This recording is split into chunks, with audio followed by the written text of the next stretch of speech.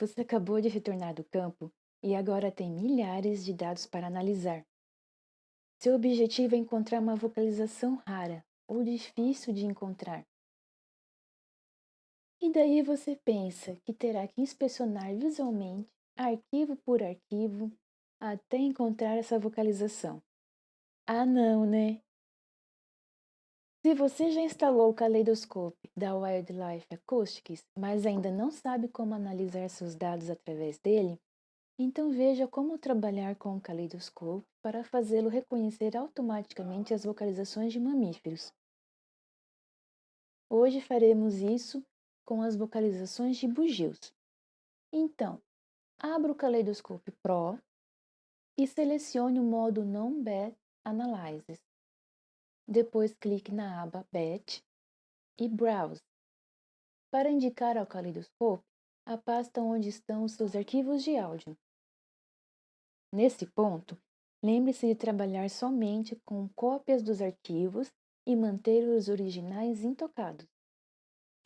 Então, selecione a pasta que você criou no seu computador contendo os áudios copiados e em seguida selecione ou crie uma pasta para exportar os resultados das análises.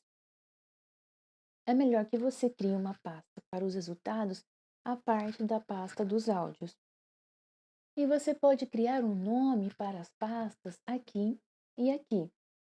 Atente para o seguinte: esta explicação serve para os computadores Windows 10 contendo o Kaleidoscope Pro com licença ativada.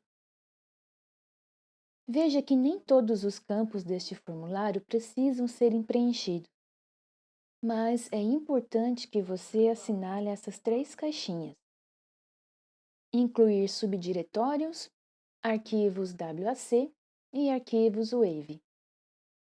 A seguir, selecione todos os canais com esta linha de comando Process All Input Channels. Por fim, você pode criar notas adicionais conforme desejar. Aqui eu adicionei o nome do recordista dessas vocalizações de bugios.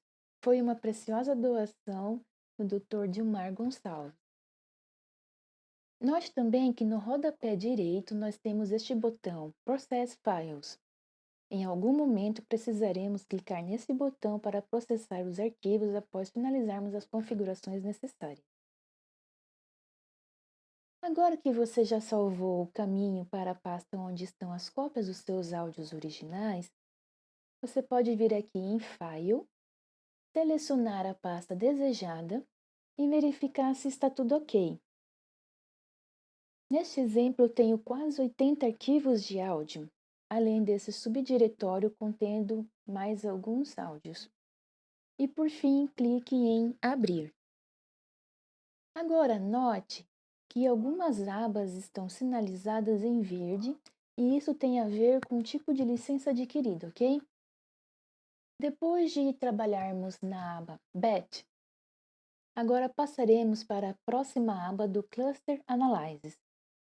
Veja que as linhas de comando que dermos aqui irão afetar diretamente os resultados das análises. E posteriormente, você retornará nessa aba várias vezes, durante o passo a passo de refinamento do poder de detecção do algoritmo. Primeiramente, esta função do caleidoscope fará com que todas as vocalizações detectadas a cada áudio sejam virtualmente recortadas e individualizadas.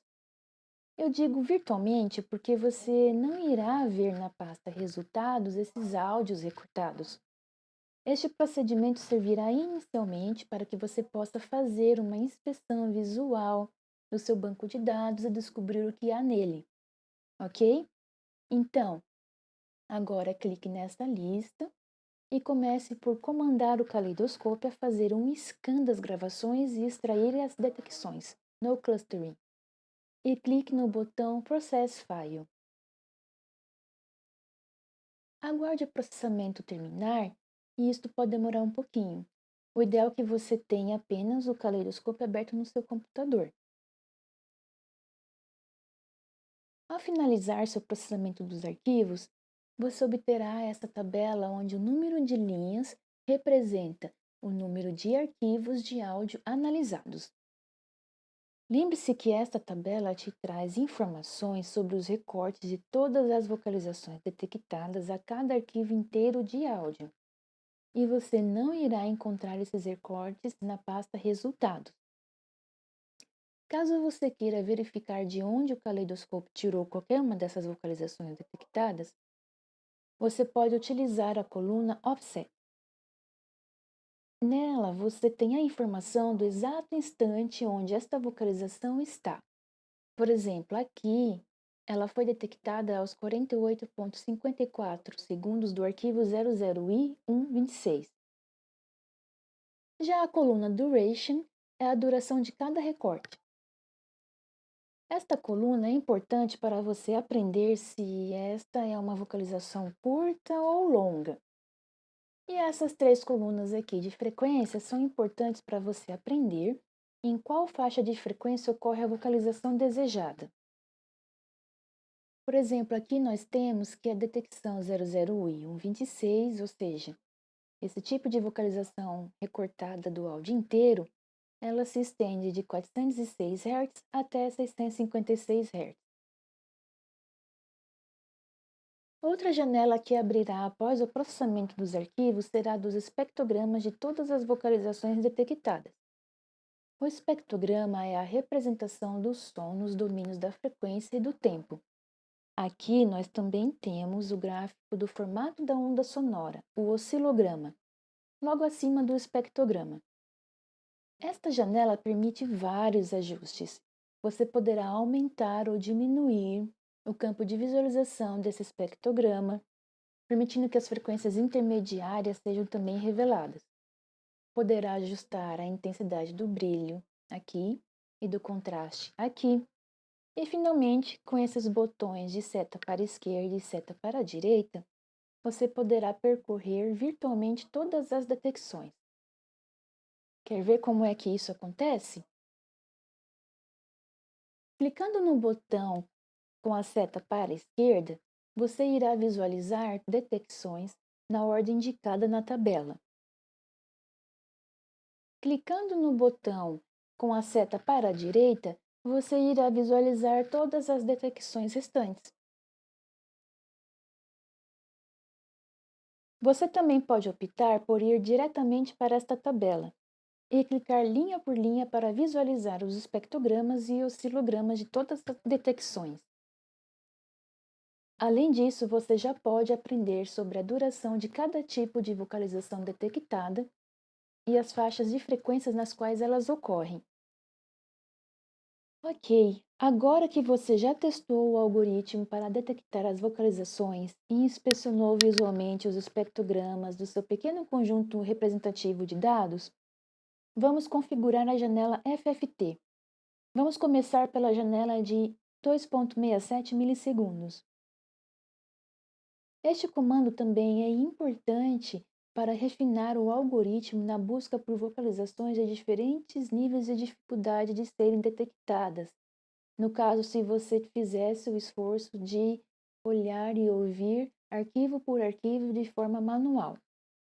Você retornará nessa lista de comandos várias vezes para criar diferentes combinações com a lista anterior de comandos, de forma a refinar o poder de detecção do algoritmo por vocalizações mais difíceis de serem encontradas. E então clique no botão Process Files e espere o processamento finalizar. Isso pode demorar alguns minutos. Após a finalização do processamento dos arquivos, você obterá novamente essas duas janelas. Relembrando, uma é a tabela contendo todos os recortes feitos virtualmente nos áudios inteiros, ou seja, todas as vocalizações detectadas dentro de cada arquivo de áudio, e a outra janela será dos espectrogramas e oscilogramas de todas as detecções. Você poderá fazer os ajustes que julgar necessários para melhorar a visualização dos espectrogramas e novamente inspecionar visualmente as vocalizações recortadas do seu pequeno conjunto representativo do seu banco de dados. Saiba que você também poderá obter uma outra tabela com os parâmetros acústicos, por exemplo, dessa vocalização. Para isso, basta fazer essa seleção retangular com o mouse e clicar no botão alfa. Ao fazer isso, o caleidoscópio irá plotar esse gráfico no domínio da frequência e da intensidade em decibéis.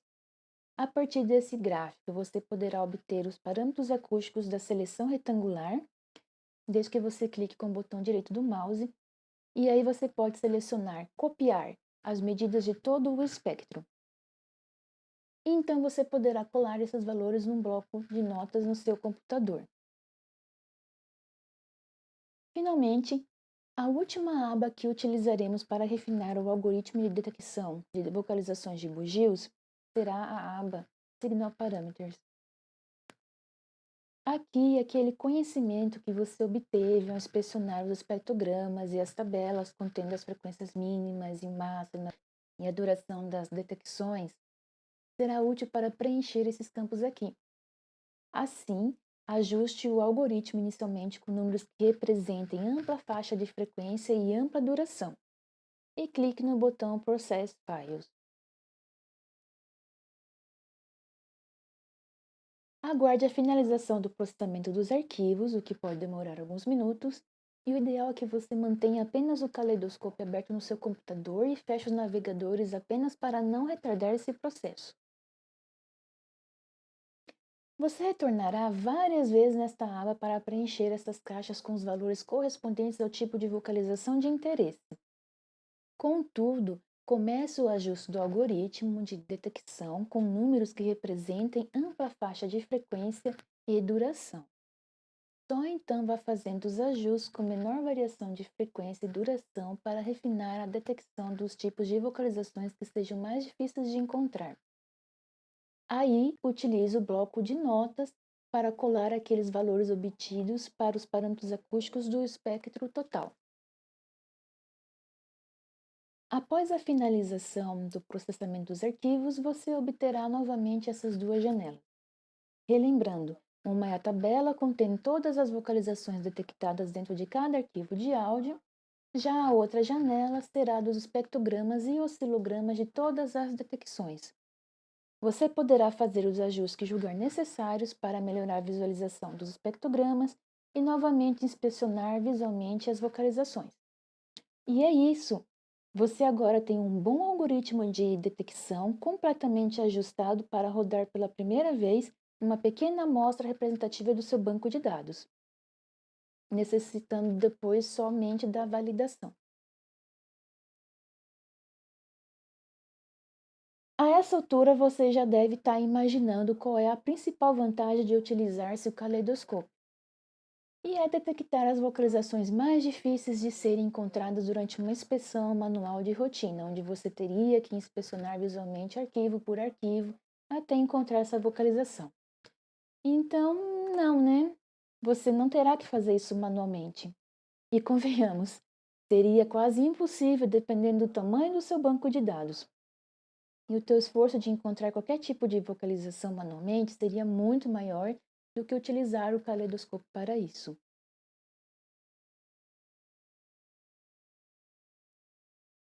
Então, recapitulando, o que você precisa fazer basicamente é seguir três passos e repeti-los até que você obtenha resultados satisfatórios.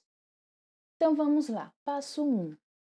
Entre com os comandos para ajustar o algoritmo de detecção do tipo de vocalização almejado na aba Signal Parameters.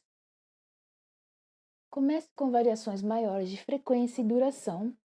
Processe os arquivos. Passo 2. Entre com os comandos para ajustar o algoritmo de detecção do tipo de vocalização almejado na aba Cluster Analysis. Selecione na lista a linha de comandos Scan Recordings and Extract Detections no Clustering. Também selecione o tamanho em milissegundos da janela FFT. Processe os arquivos. E então repita os passos 1 e 2 enquanto você inspeciona essa tabela e os espectrogramas dessas detecções, o que consiste no passo 3. Desta forma, você conseguirá refinar o algoritmo para detectar as vocalizações mais raras no seu banco de dados. Vejamos rapidamente o caso de uma espécie de coruja cujo canto é difícil de ser encontrado numa inspeção manual de rotina. Quem souber o nome dessa espécie de coruja, por favor, deixe aí nos comentários. Foram feitos então vários ajustes no algoritmo até que ele detectasse com sucesso a presença dessa coruja através do seu canto. Aliás, parabéns pelo belo trabalho, David Roberts. A diferença entre buscar esse canto manualmente e utilizando o caleidoscope é a eficiência computacional de localizar, por exemplo, esse recorte que aparenta ser o registro bastante distante dessa coruja. E ainda assim, a detecção foi possível por causa da relação sinal e ruído estar minimamente acima do limiar de detecção do algoritmo. Adicionando um filtro passa-banda, é possível configurar o caleidoscope para buscar apenas as vocalizações dentro da faixa de ocorrência do canto dessa coruja entre 250 Hz e 1000 Hz.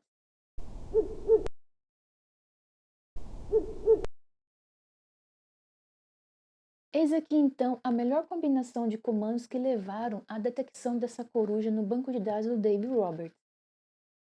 Ele chegou à conclusão que, aumentando a distância do cluster central de 1.0 para 1.5 e ajustando a janela do FFT para 21,33 milissegundos, acabaram permitindo a detecção dos cantos raros dessa coruja. Vejamos rapidamente outro caso explorado pelo David Roberts, dessa vez com essa espécie de sapo Pseudacris crucifer e dessa coruja titualba, cujos cantos possuem a mesma frequência fundamental. Normalmente, numa intuição despertada pela audição, ou seja, simplesmente de ouvido, seria difícil de distinguir se um canto desse sapo do canto dessa coruja, ao inspecionar as gravações manualmente, por exemplo. Então foram feitos vários ajustes no algoritmo até que ele detectasse com sucesso a presença dessa coruja separadamente do sapo, através principalmente da duração dos seus cantos, uma vez que a frequência fundamental dos cantos dessas duas espécies diferentes é a mesma. Então, vejamos como isso sucedeu-se.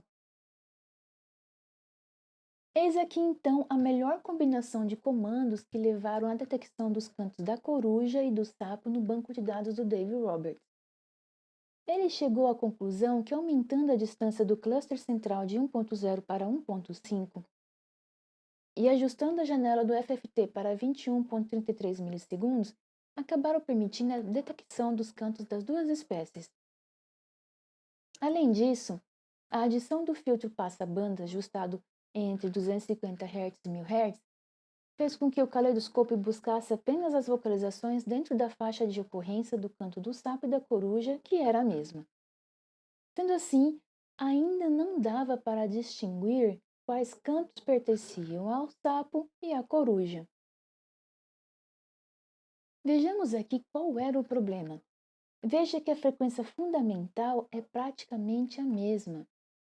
Após a detecção dos cantos das duas espécies, os ajustes na resolução da frequência não permitiram distinguir qual canto pertencia ao sapo e à coruja.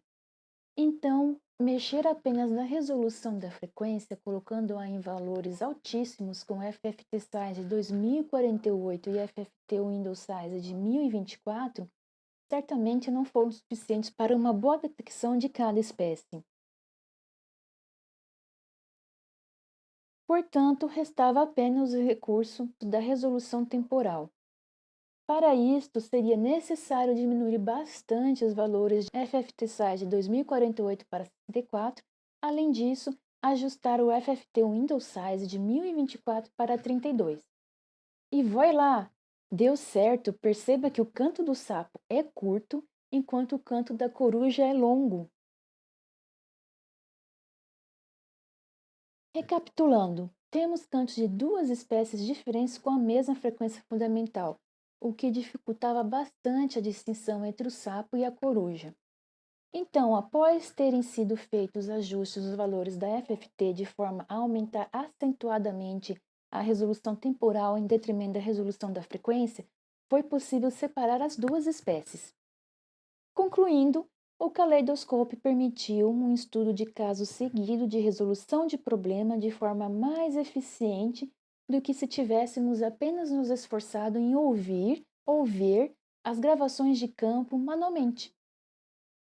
Com esse exemplo, eu fecho a demonstração de hoje.